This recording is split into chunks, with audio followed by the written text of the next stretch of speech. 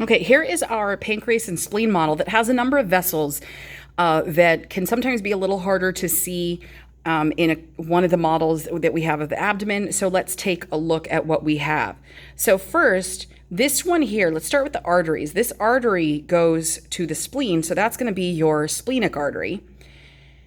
This one right here, that's going to branch up this way, this is going to be your left gastric artery. And then right back here, this is coming directly from the ascending abdominal aorta. Whoops, let me actually point to it. And that's going to be the celiac trunk. Then we're going to see right here the hepatic artery that's going to be running right alongside the hepatic portal vein. Down here, we can see our superior mesenteric artery that runs right alongside the superior mesenteric vein.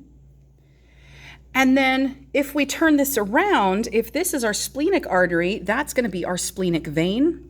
And then branching from that splenic vein, we see the inferior mesenteric vein. We will not see the inferior mesenteric artery on here.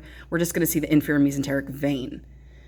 Okay, and then again, you can see here, here's that hepatic portal vein, here's that hepatic artery, and then here is that celiac trunk.